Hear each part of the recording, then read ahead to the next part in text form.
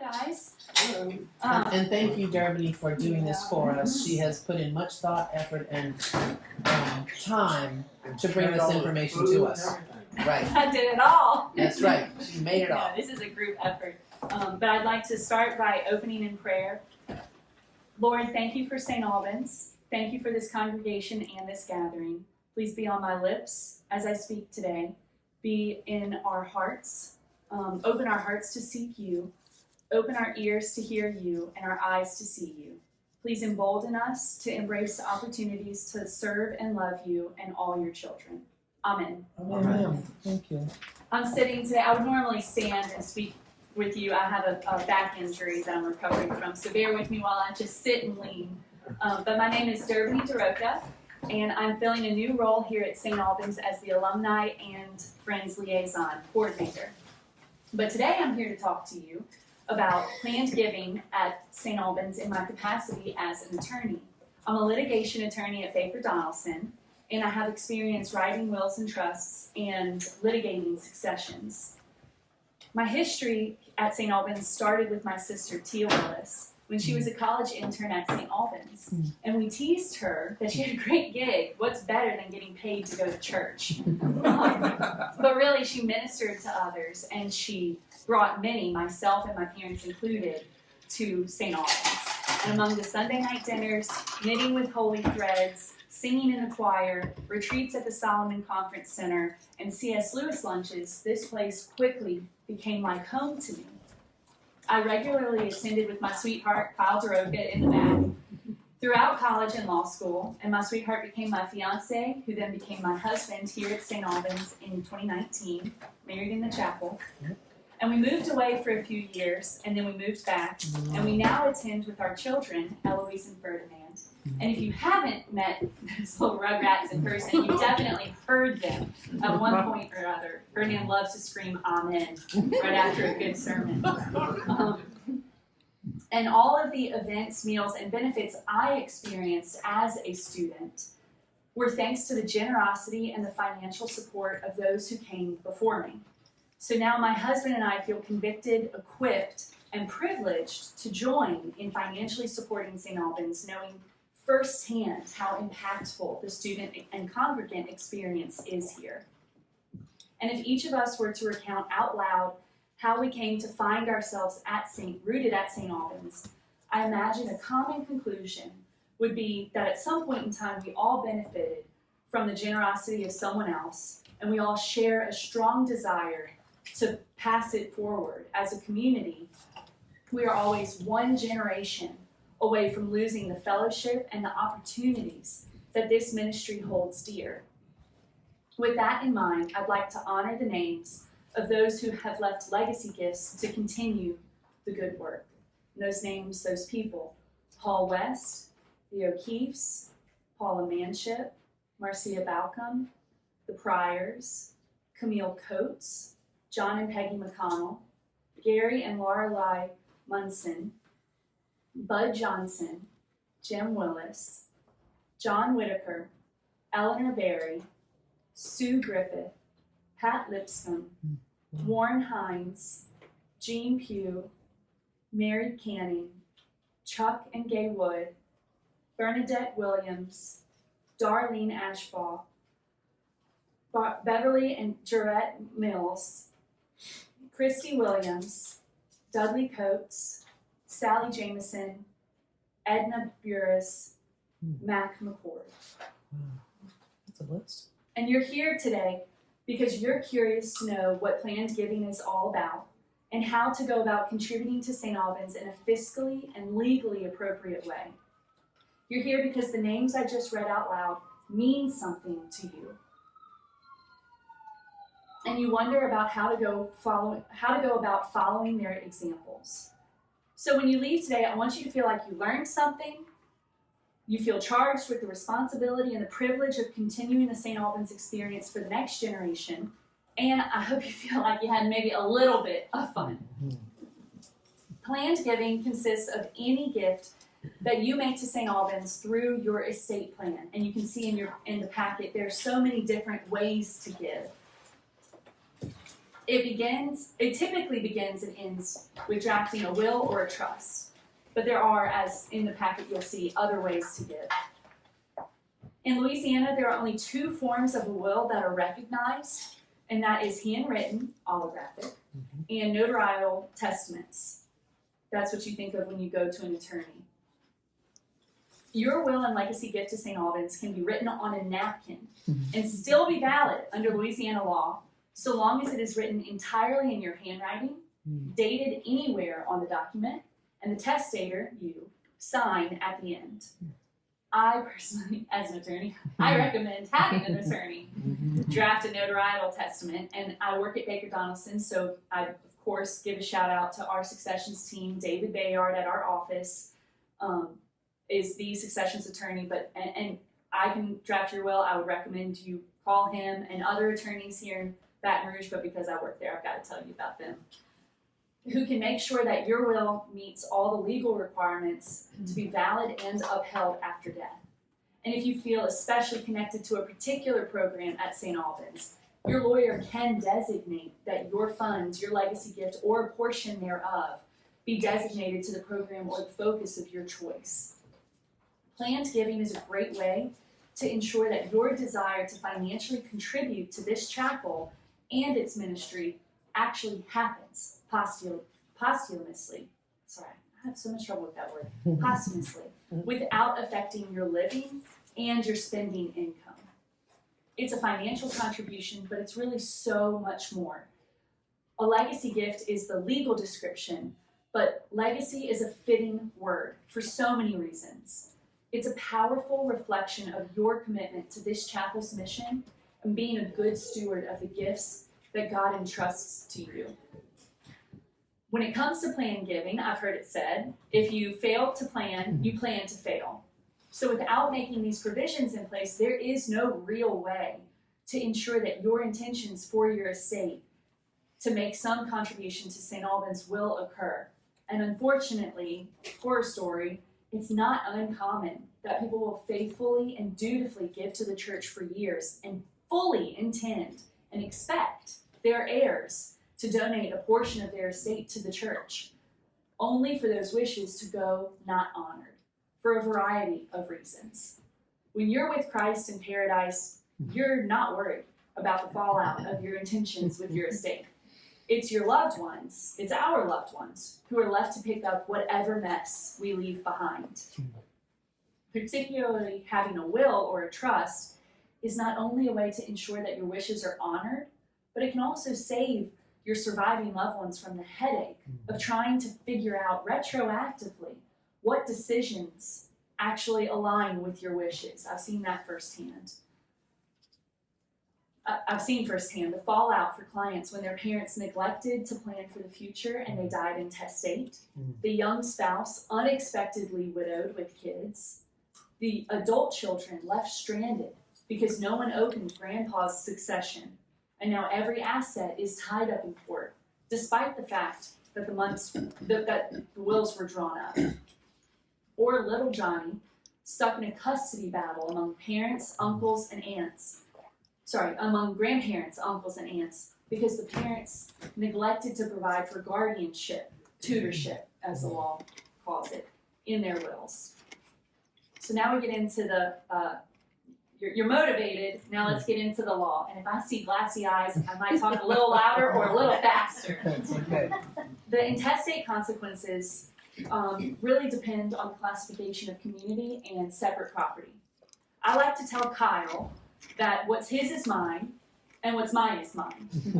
But the reality in Louisiana is if you don't have a will, meaning you die intestate, and you're married, what happens to your property depends on the classification thereof, community versus separate. We are a civil law state, and we recognize community property. What does that mean? This means that Kyle and I each own 1/2 of our respective incomes. Half of his paycheck is his, and half of his paycheck is mine. Anything he inherits from a family member is his and his alone, despite the fact that we're married. Unless he commingles those funds or those assets into a joint banking account to where years later, the law can't recognize what was his to begin with. Or if he donates or designates through law school rabbit hole, it can be I think it can be a duly acknowledged affidavit. I don't think it has to be by a notary, but there are other ways you can officially, formally, legally donate separate property to your spouse, to the joint community property. Anything that Kyle and I purchased before marriage, and anything we inherit during or before our marriage, is ours separately, unless we donate to the community property. So for instance, Kyle purchased a car with his separate property. His truck he bought before we got married. He purchased that with his separate property, his paychecks before marriage, and then we purchased the house together after we got married using our paychecks. His paychecks before marriage, separate property, our paychecks after marriage, community property. If Kyle drops dead right now without a will, I inherit 1/2 of our home, and the other half I only get to use as a usufruct. I enjoy the use and the fruits of the house. That doesn't mean I only get to live in the kitchen and the bedroom. I live in the entire home, but I legally only own half of it. And our kids have naked ownership of the other half. They can alienate and sell the house when they're of the age of majority, which I cannot do if he dies without a will.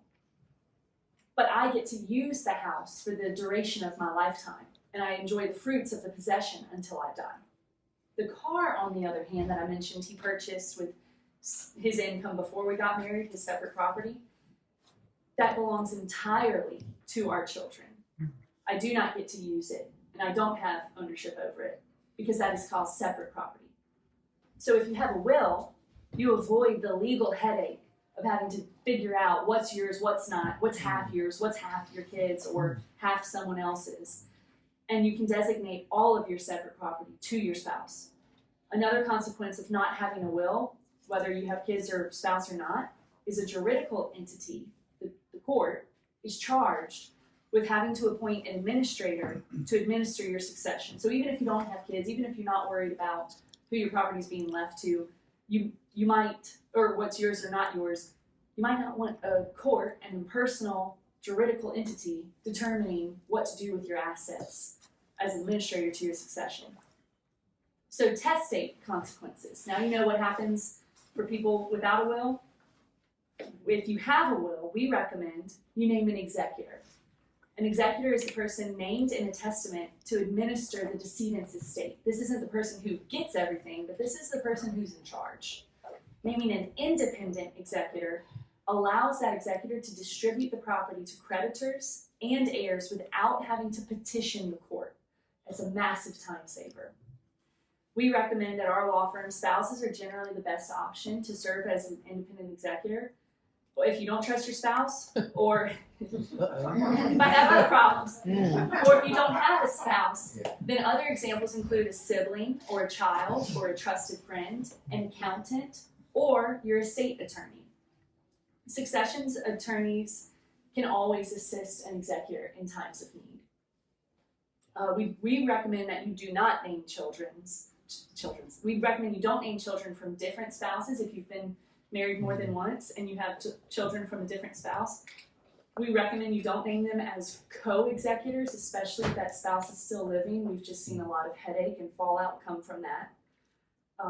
And which leads me to the effect of a divorce. What happens if you name your spouse in your will and you get a divorce?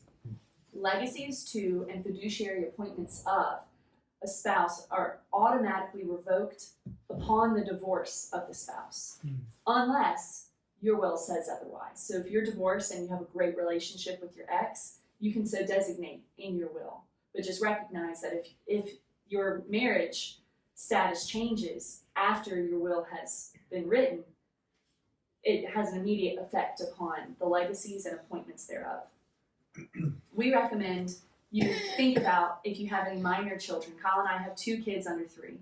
We recommend naming a tutor for minor children. You don't want to have to hire an attorney, go through the entire process, think about everything, every detail, and then what happens to your kids when they're in the middle of a custody battle because you didn't name a tutor.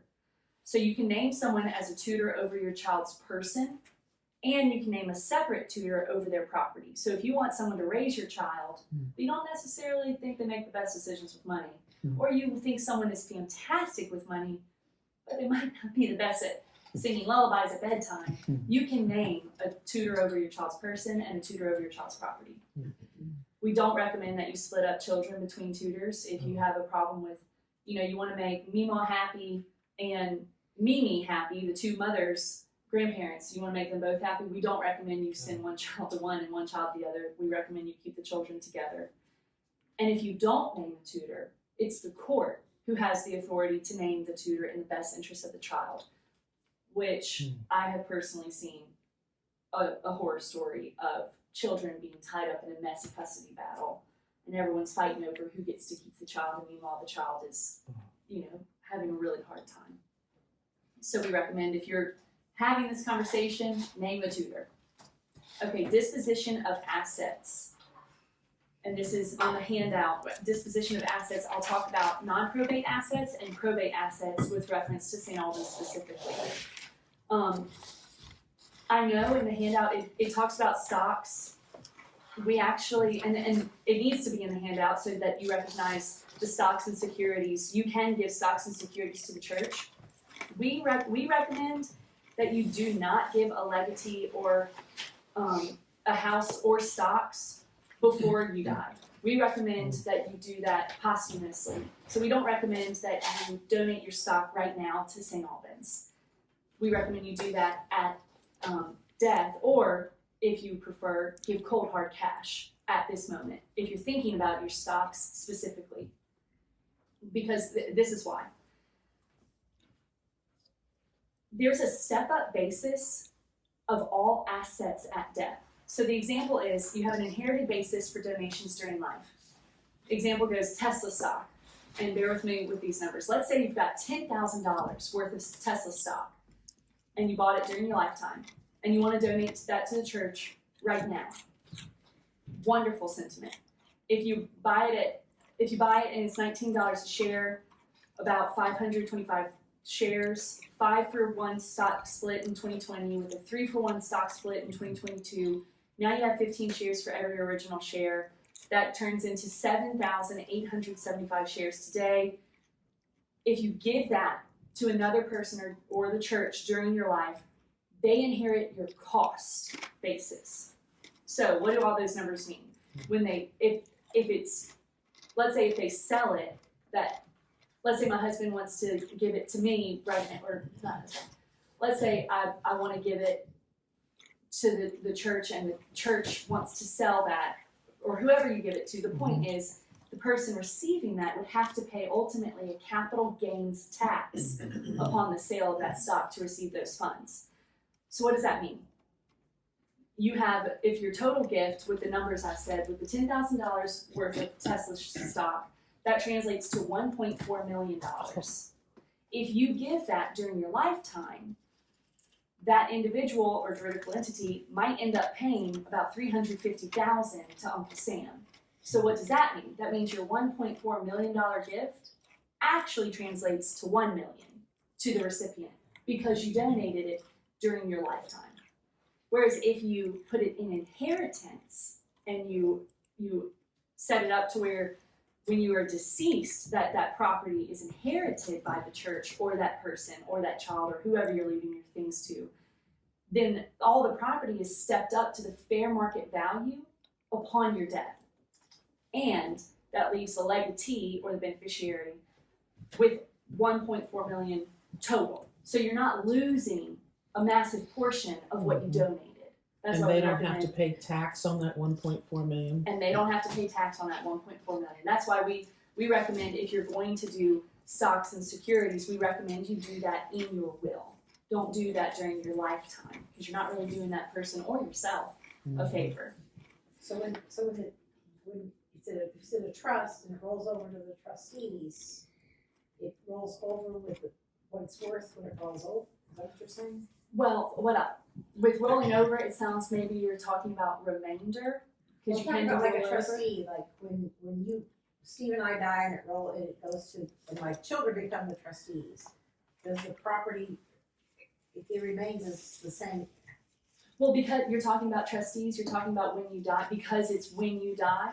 Right. The true gift, the 1.4 million, is valued at 1.4 million. They're not paying taxes on that. So in other words, to give to the church, you give it in your trust, You would give it in a will or a trust. You tell the trustees to give it to the church, is what you do. You would have it designated in your will. And there are different ways. You can do it as a remainder, and that's I'm coming up to the next topic, is about different ways to give it in a trust, because there are different ways, but this specific, this specific example is motivating to do it at death, not at life. And your question presupposes that it's already done at death. So you're not paying, your gift is the true value of your gift. You're not losing the value of your gift because you're choosing to do it at death, not during life. Some of these assets pass under federal law. Think of your IRA, 401k, life insurance. Those are non-probate assets.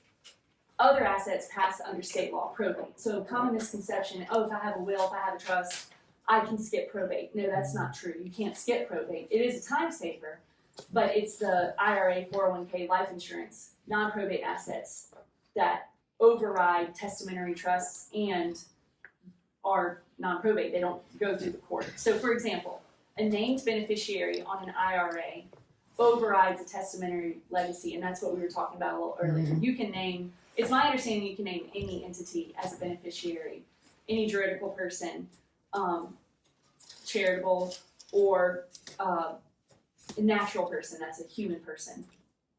But if you name that person in your IRA, that beneficiary, and someone's different in your will, no matter how late your will was drafted, it's the IRA beneficiary listed that will take precedence. The federal law overrides state law. So what does that mean?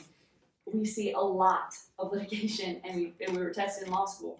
The most common example is a husband who names his first wife as the beneficiary of the IRA or the 401k or the life insurance, and 30 years later he's remarried and spent the rest of his life with his beloved second wife, names her in the will. Guess what? He forgot when he was 25 that he named wife number one as the beneficiary of the IRA. Sorry, wife number two, you're out. She gets it all. That's the most common example. So we recommend that if you're sitting down drafting your will, think about everything. Your attorney will talk to you about all of those assets, not just the will that they're drafting for you. But just know that federal law overrides. Whoever is named as life insurance, before I met Kyle, I had a life insurance, or before we got married, I had a life insurance proceed. And if I had not named him, I knew he wouldn't get it, despite the fact that my will names him later, even though we weren't married at the time. So just recognize the federal law overrides. Whoever you named as beneficiary, that's who gets it. So if you name St. Albans in your will as, if you name St. Albans receives the interest of my IRA, but 20 years ago you named somebody else, or 5 years ago, or 5 minutes ago you named someone else, it's whoever's actually named on that federal document that receives those funds. So that's the horror story about the ex-wives and the ex-husbands. You can name St. Albans as a beneficiary on a retirement account, a life insurance account, or any other, that's a type of contract. You can name St. Albans, but just recognize that you want it to mirror what's in your will, because your will is going to be overridden by the named beneficiary. And you can also name St. Albans as a legatee in your will or trust with a specific bequest. So you can name St. Albans and say, I leave St. Albans X amount of dollars before as it's being divvied out to everyone, or before it's divvied out to anyone. If you want to make sure St. Albans gets the funds, you can name a specific bequest first and foremost. Or if you are worried about your minor children having enough funds, or you want to make sure your adult children get X, Y, or Z first, you can name St. Albans as the remainder of your funds. So you can give St. Albans a specific bequest of a certain amount of dollars, or you can name them as the remainder of your residuary estate, also known as what's left after all your other distributions have been made. So Derbigny, if I owe the mortgage company, I don't know, $200,000. I'm making this up, and my money goes to satisfy that. Does St. Albans take precedence over satisfying creditors or people to whom I owe debt? That is a good question.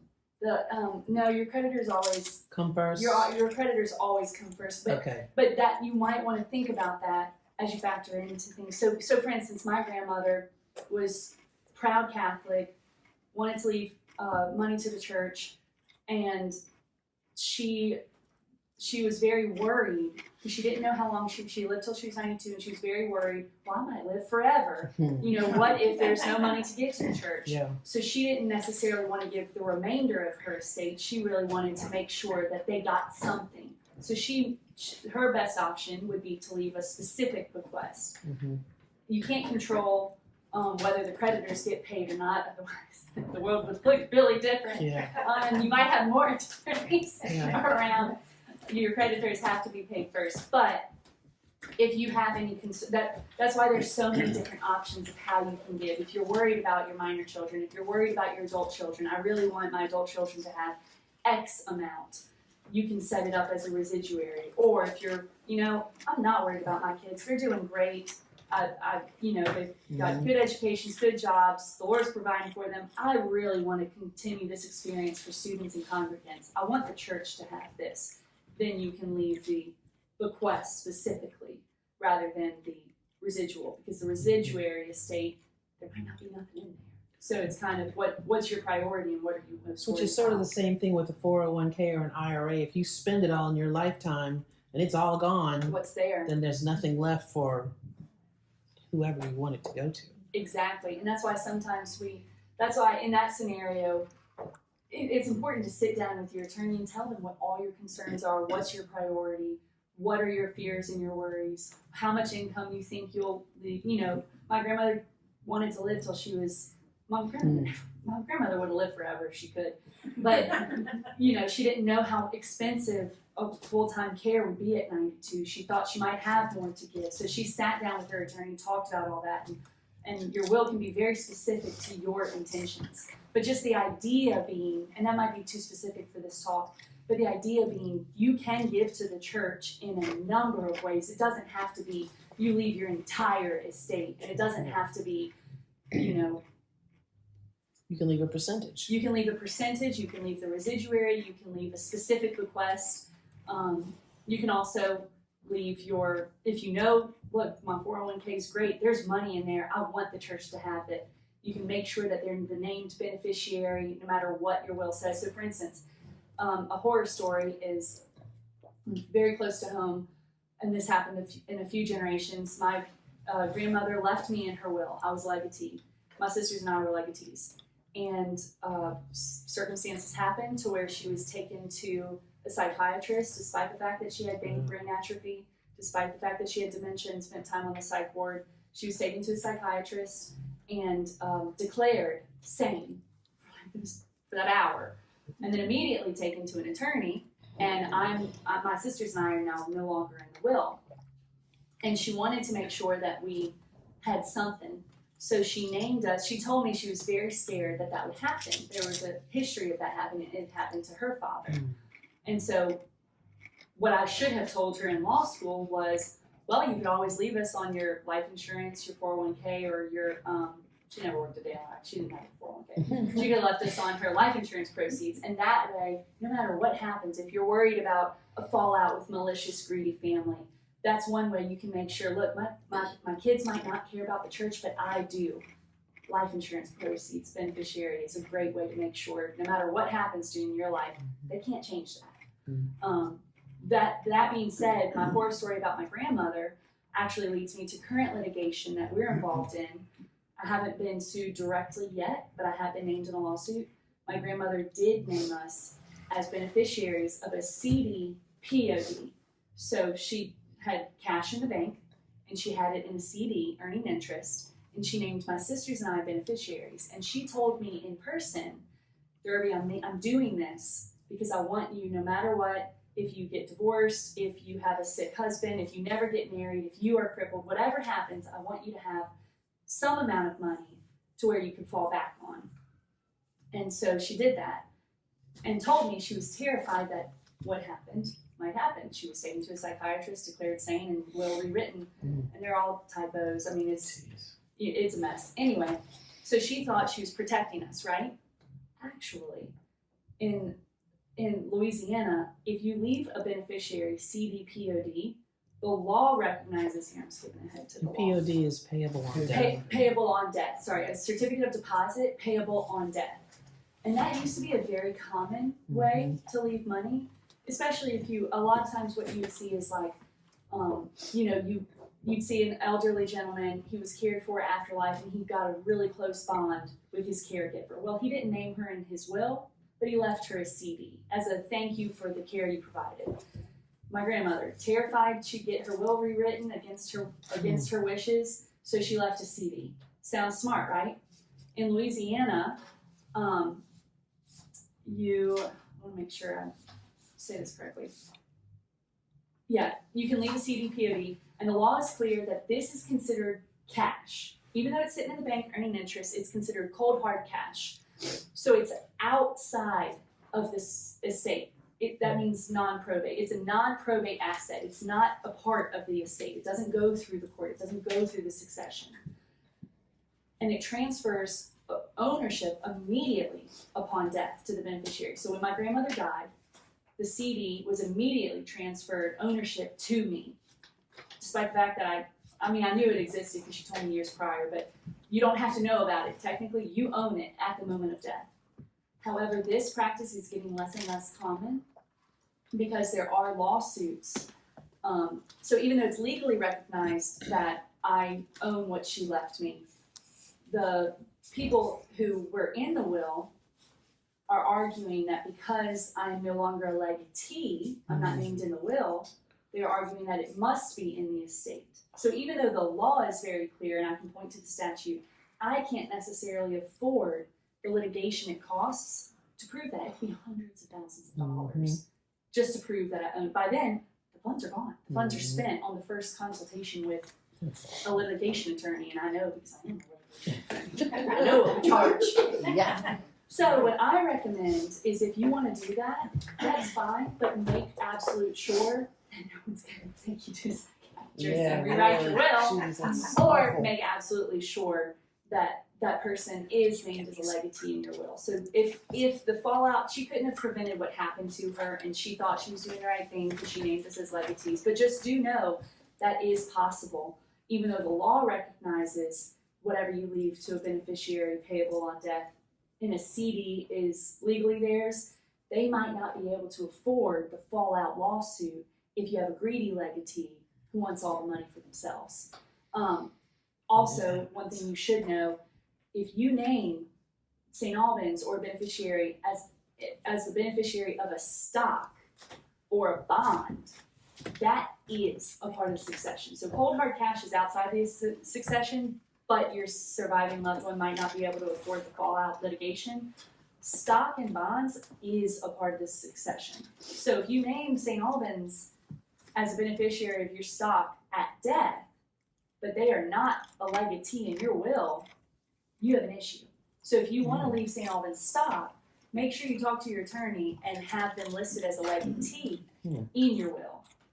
Because you cannot leave stock and bonds, you cannot leave succession estate assets outside of the estate. Does that make sense? Yeah. How do you do that? I mean, if I wanted to give my cleaning lady, say, a CD or something, what would I put in my will to show that she's a legatee in my will? How would I describe it in my will? That's a little tricky. That I would leave you, that I will say you have to talk to your attorney about, because there are different ways to go about it.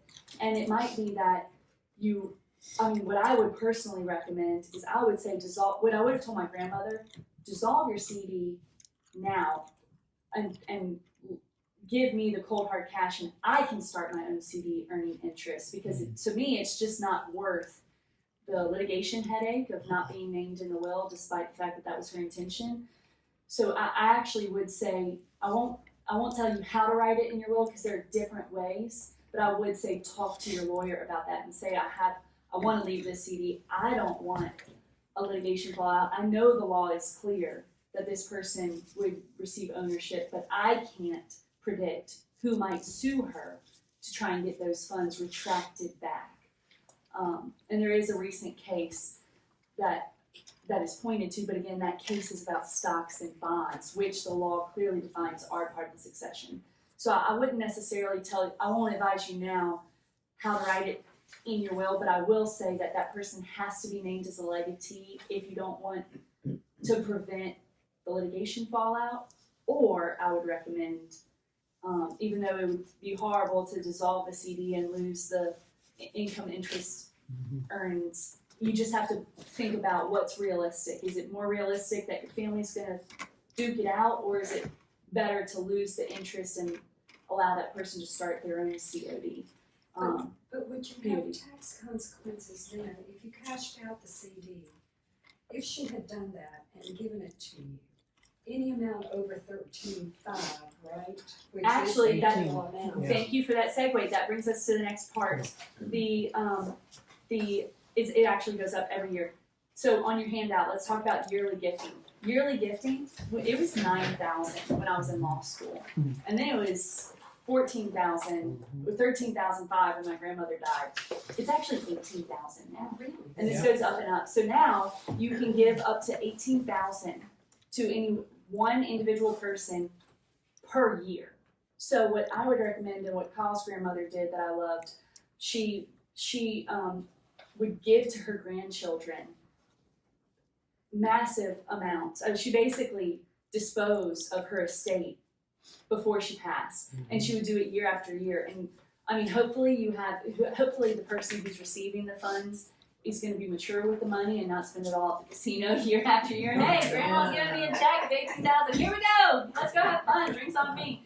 But she would give cold hard cash, and now you can give up to $18,000 per year.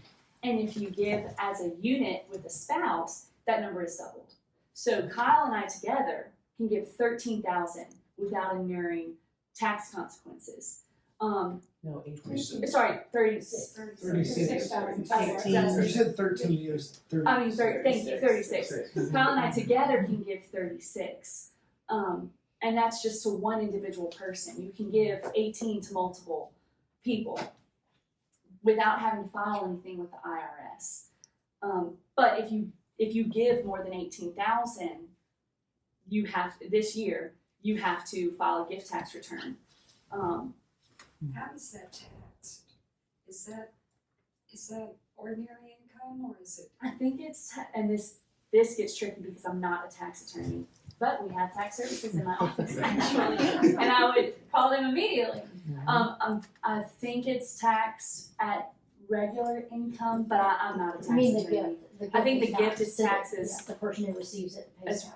Regular income, and it would be taxed, I think, on what you give over. So if I gave 19,000, I would have to report it to I would have to report 1,000, I think, to the IRS, and the 18 would be received tax free. But then I think that it would be taxed as regular income. But I might be wrong for whoever's watching this video. So call my office, and I'll put you in touch with the tax attorney. So you're saying that, say you want to give to your children, that I could give 18 to a child and Steve could give 18 to a child. Y'all could together give 36,000. So, okay. You could do it on December 31st, you can make it double. That's great. And the record keeping is really just whatever bank record, I mean, as long as it's under the cap of 18,000, you don't have any. You don't have to report it to There's the no record needed. it's just, IRS. Now, I mean, the bank might have some questions, so you might want to give portions at a time, Christmas, Easter, birthdays, but within the year, it can't be more than 18,000 Is that total or is that per source? Like if per you give from- person. No, so like if you have multiple accounts, can you give 18,000 from each account, or is 18,000 No. total across the board? 18,000 total across the board of your assets per year in cold hard cash. Okay. Per person. So you have multiple kids, you can give 18,000 per kid. If you're married, 36,000 per kid. But it doesn't matter where that money's coming from or what asset you're pulling from. But the gift return, if you do have to do a gift tax return, let's say you give 20,000 to the church, or sorry, actually not the church, because the church you don't have any tax whatsoever. Let's say you want to give $20,000 to your child in a year. They're having a hard time, and you want to give them cold hard cash $20,000, and you haven't taken it, so you report it to the IRS. If a gift tax return simply gives the IRS notice of the donation, so they can subtract it. Actually, here's why I'm not a tax attorney. It might be that person has to pay income tax, I think, but the gift tax return means that the IRS subtracts it from your lifetime estate tax exemption. And after that, I'm really lost. After that, you really got to call somebody in my office.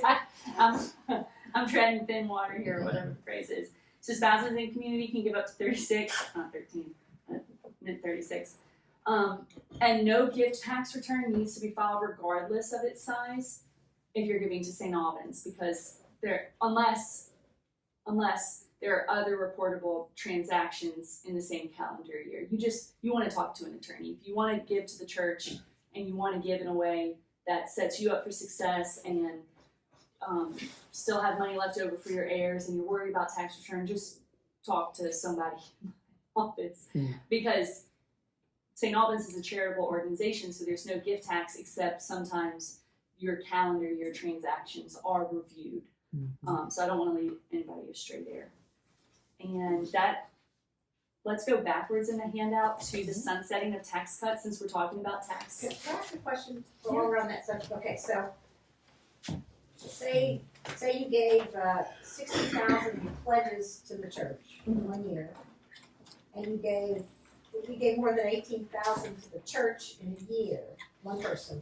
Does that require this form? No. Well, no, because St. Albans is a charitable organization, but I am giving the caveat of just, you might want to talk to somebody about the best way to give, because if there are other reportable transactions in the same calendar year. Which would be your pledge, like you say you pledge a certain amount and then You can pledge 100,000 and it's not taxable to St. Albans or to you in any way.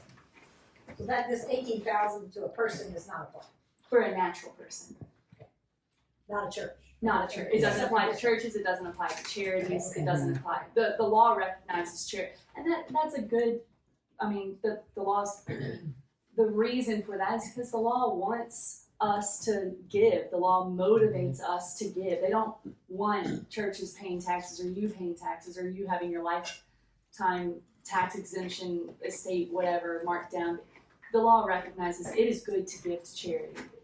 Louisiana wants you to give to charity. And I don't know what's more motivating than that, not having any tax consequences there. But that does lead me into the sunsetting. If you look on your handout, we'll talk about the 2026 sunsetting of tax cuts and Jobs Act has estate tax exemption. So right now, the federal estate tax is owed on 40% of every dollar that a person transfers at death exceeding $13 million. It's actually $13,610,000, which is Show of hands. No worries. my next bullet No point worry. is that not many people in Baton Rouge That's not are a going big to deal. owe. And really, it's 27 million for Move on. spouses. So it's 13 million for an individual, 27 million for spouses. Don't you wish that was your problem? So my next bullet point is not many people in Baton Rouge who currently owe federal estate taxes. But just be aware, in case you win the lottery, that in 2026, the Tax Cut and Jobs Act will sunset. So at that time, in 2026, the exemption amount will halve with adjustments for inflation. So if you win the lottery and you're, what's half of 13.6? 6 something? 6 something. So if you strike gold and you find yourself, you have $7 million to your name, this applies to you, and 40% of every dollar that is transferred at death is owed to the government.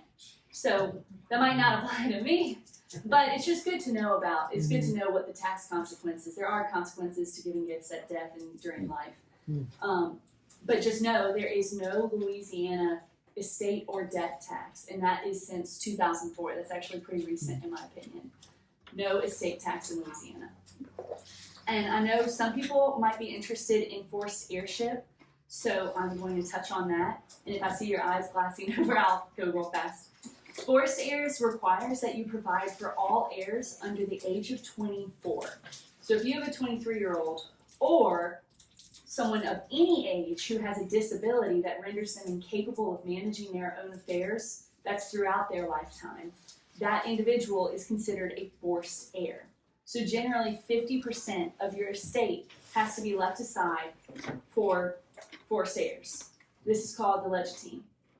So what happens if you have a ne'er-do-well child who's addicted to drugs, or you don't want to give them direct access to cash? And what happens if you and your spouse die at the exact same time? The kids get the funds outright. With proper planning, this can be overcome. I mean, we have minor children.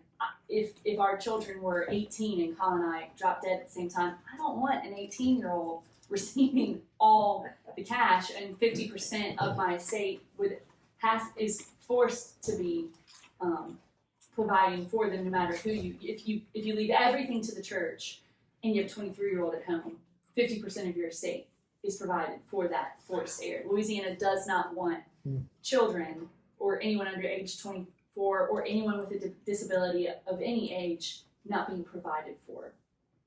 So this legatine can be satisfied through life insurance proceeds, including a trust.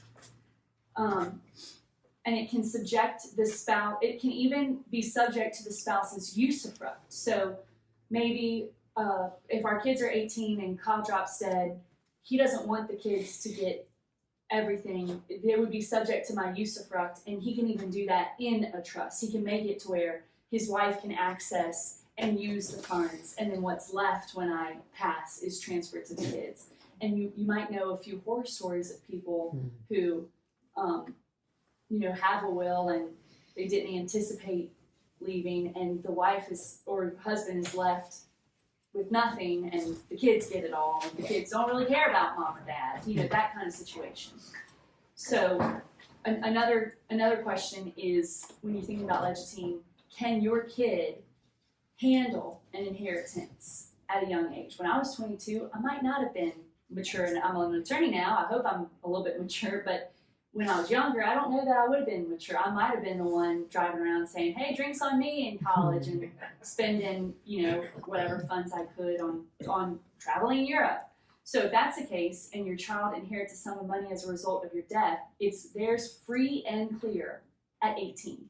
So even though the forced heir age is 14 for those without a disability, 24, wow, math, 24 for those without a disability, the child inherits free and clear without anybody in charge of them at 18, unless you so provide in your will. So example, life insurance. Would you really want your child to have $500,000 in cash from insurance proceeds at 18 outright? And if not, our law firm recommends you consider setting up a trust to be the beneficiary for that life insurance. That way you can name a trustee for the funds and provide your child a regular income and set conditions for the release of the principal funds at certain age or life events. A lot of times I've seen the parents, they have young children in high school, and they set up a trust, and they set up a trust, they have a friend or a loved one, family member who's the trustee, who they trust with the funds and is gonna take care of the child. But the child is paid a yearly income. And then the child, I have seen where, especially children who might have an addiction or have trouble handling money or might just need a little bit more growing up, I have seen where clients will not allow that child to have the principal funds until they're age 30 or 35. And I have seen people come back and rewrite their will and say, look, my kid's back in rehab. I need that age to be a little older. They need to have the money eventually, but until then, and they did want to transfer the principal release of funds. And I think you have to, at some point the beneficiary has to receive the principal release, but you can thoughtfully and intentionally decide when that will happen based on the information you have at hand. So that's forced heirship. And There is an assumption that you can avoid forced heirship and avoid probate through the use of a revocable trust. That's just not true. You cannot avoid forced heirship, you cannot avoid probate, but a living trust is an estate planning tool, and it provides benefits for management purposes for people who cannot manage their affairs. So the last part in the handout, and then I'll ask what questions y'all have, the miscellaneous items, other things you might want to discuss with your attorney so you can thoughtfully and intentionally give to St. Albans in a way that you feel prepares yourself and your heirs for success. We touched on, I don't recommend leaving a CD or stock to a beneficiary outside of the legatee, or if you do so, name St. Albans as a legatee so that St. Albans isn't getting sued by greedy children, as I'm experiencing firsthand. I would recommend that your will or your trust names a POA.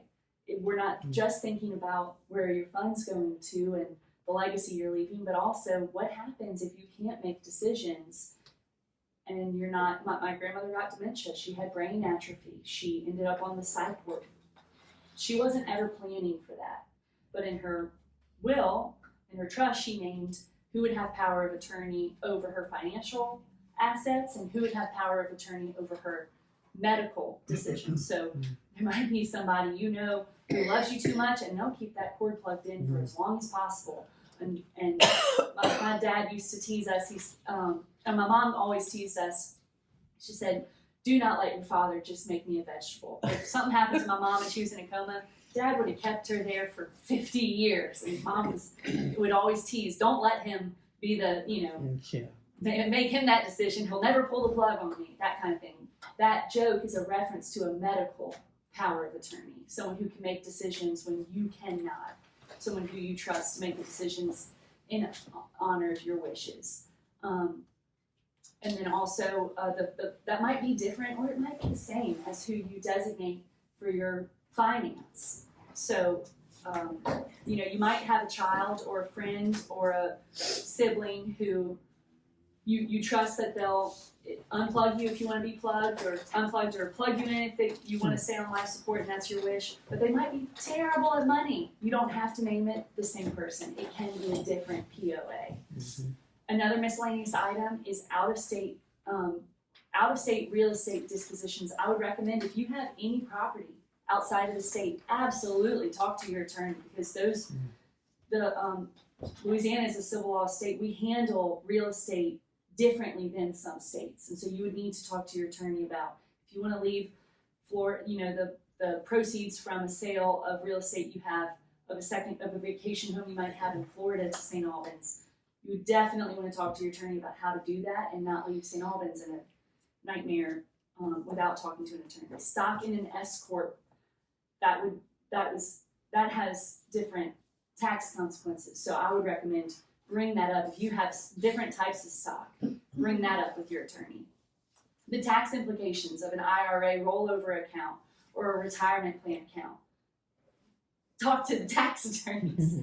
And lastly, something that I would recommend if you have a will or trust, your burial or your cremation instructions. That's another way. When I mentioned, sometimes it's not about the greedy children or the greedy family members. Sometimes it's your loved ones want to honor your wishes and they don't know what that is retroactively. You might not have ever had the conversation with them. I am very candid, so I ask all the time, do you want to be buried? What song do you want to play at your funeral? What's this? What's that? I ask him those questions because I went to law school and I think about these things. Your loved ones might not know what your wishes are, and they might have a lot of trouble and emotional difficulty trying to honor you in a way that they don't know what you wish. So I would recommend you talk to your attorney, put those instructions in there. And I also, especially if you want St. Albans to be, part of that service, or if you want a plot or cremation, how you want your ashes spread, I would just recommend that estate planning isn't just about financial contributions. It's really about leaving your loved ones and your church in a place that honors your wishes and giving them the tools they need to be able to remember you and not be left in the wake of a mess that you never intended for. So thank you so much, and if you have any questions, I'm happy to answer them. So 2 questions. the pros and cons of leaving real estate, and I want to leave some well, that's one of my bigger assets is my house. Yeah. And I want to make sure St. Albans gets some and Solomon Episcopal Conference Center gets some. What are the pros and cons to leaving a house to two entities? Or should I say, executor, you liquidate everything and then you divide the proceeds among portion of these proceeds. by percentage? So I have, typically in the wills I've drafted, they left it to multiple individuals, and some of the wills I've drafted, it depends on your preference. It depends on what you're worried about as well. But, and again, I have to say, non-legal legal advice, talk to your attorney about it. But one option would be keep the house and have it transfer at death, given the rise in the housing market and fair market value and all that. But you can have the executor facilitate the sale, and then you decide the portion of proceeds to be divided. So I want St. Albans to have 50%, or because if you name a number, that number might change from now till then. Everything is percentages, yeah. Definitely would. It definitely, yeah, exactly. So, and then that also might be the difference between having a trustee over that fund. I mean, there's a difference between, you can name St. Albans as a beneficiary, and it might, if you have a trust, it's the trustee handling, and you can have the trustee in charge of the sale, or you can, I don't know, I feel like I'm talking in circles, but it's just kind of, it's a little bit tricky because I think your attorney would have to sit you down and tell you, okay, here's the concern and the tax implications.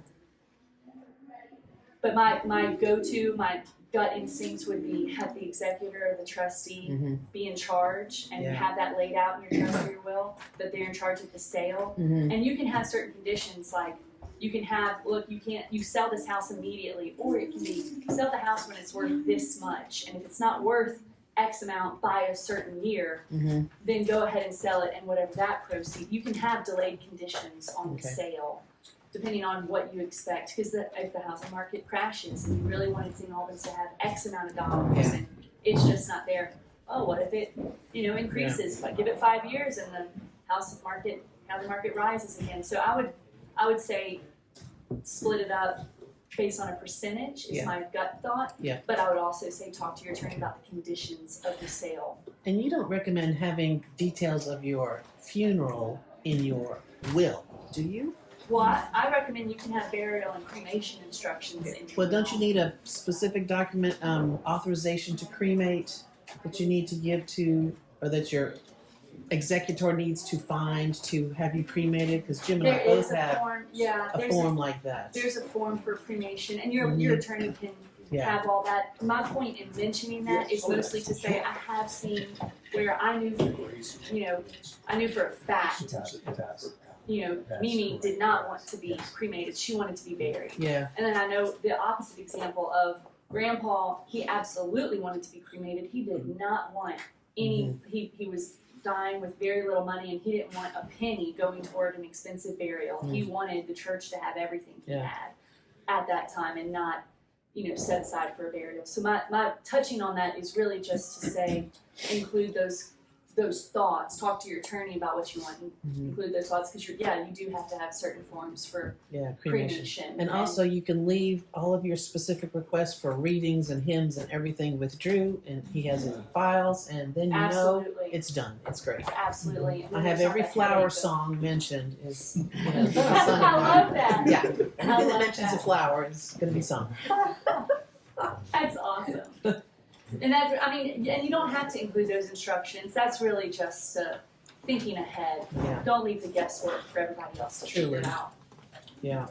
Any other questions?